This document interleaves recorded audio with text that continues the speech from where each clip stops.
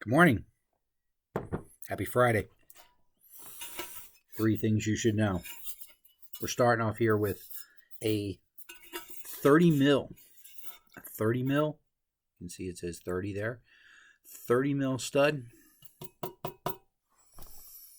which is 20 gauge. Now, 20 gauge is the normal from 25 years ago.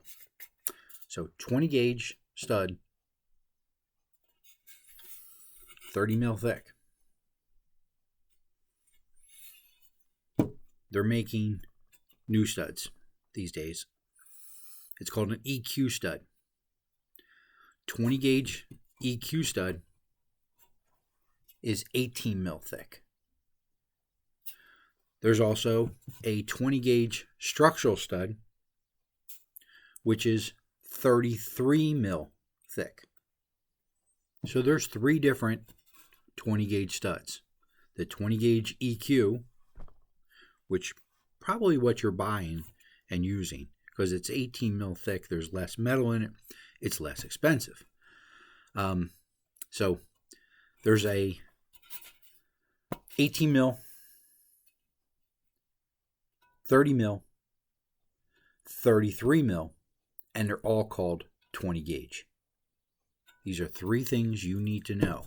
Please order what you want, because if you order 20 gauge, you're giving an option of 3 different things. So know what you want before you call. It'll help us, because I don't really want any of us to guess. And if you have questions, please ask. But 18 mil 20 gauge EQ is kind of the norm. It's the least expensive of the 20 gauge studs. 25 gauge stud is even thinner. So a 25 gauge stud in EQ is 15 mil.